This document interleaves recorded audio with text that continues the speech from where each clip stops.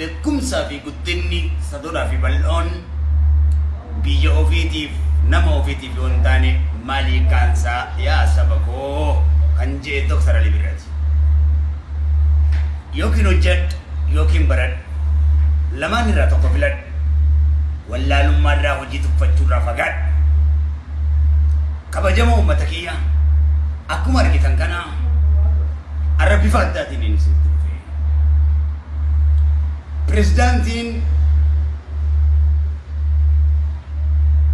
kaampaanii Brighton yaadataa jireetii waan isin barame ka hawwitan arguu barbaaddan kunoo dukkana addee isin ibsee isin garsiisee jira ilma keessa.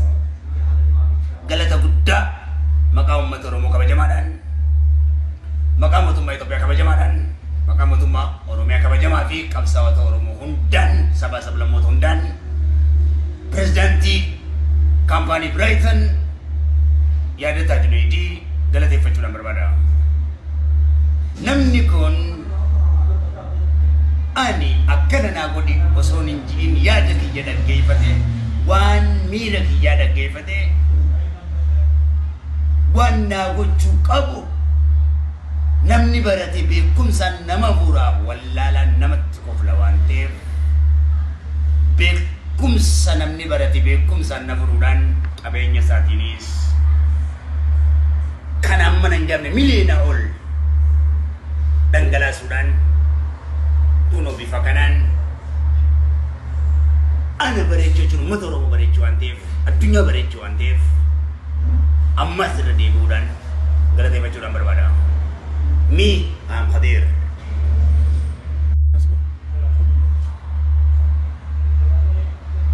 Yaadataa jechuun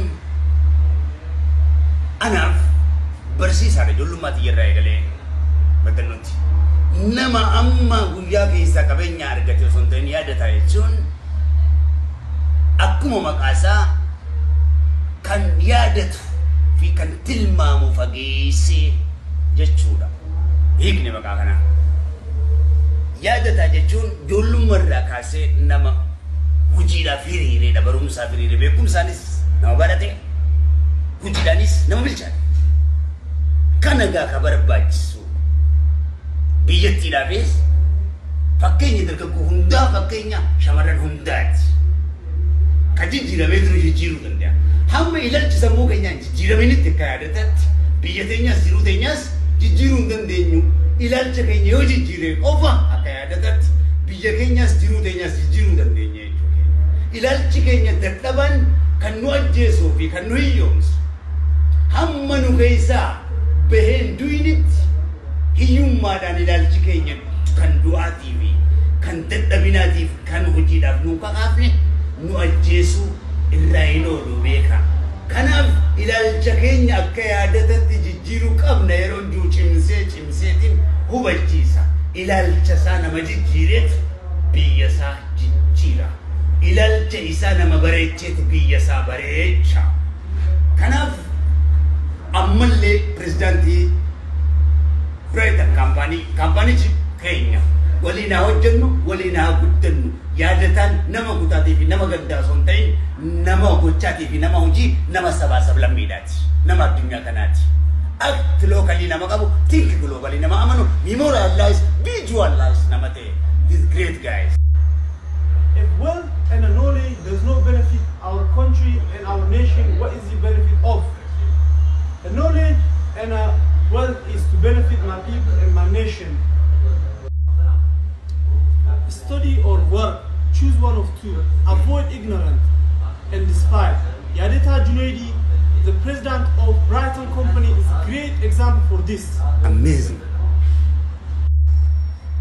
Yaadataa Junaidi ማለት ትርጉሙ አስተዋይና አስታዋሽ ትጉ ማለት ነው። ያዳታ ጁናይዲ ባስተዳደጉ ዙሪያ ላይ እማቃቸው ጉዳዮች ቢኖር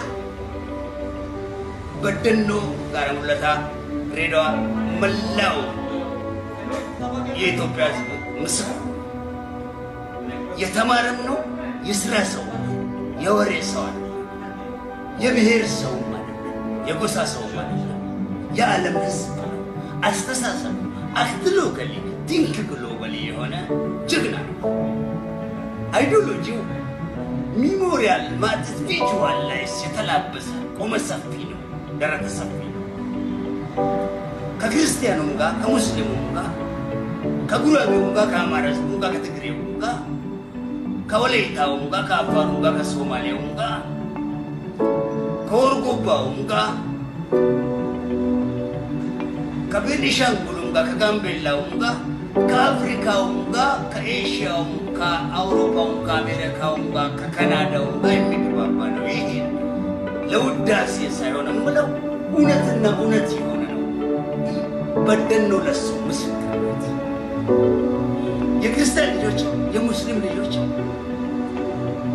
የማንኛውም ብሔረሰብ ልጆች ለሱ ምስክር ናቸው አሁንም ቢሆን አእምሮአችን ለስራ እንደሱ እስካልተነሳሳ ድረስ አእምሮአችን ለስራ እስካልተለወጠ ድረስ አገራችንንም ህይወታችንን ልንለውጥ ስለማንችል ያደታ ጁኔዲ ለመላው ወጣትና ለመላው ህዝብ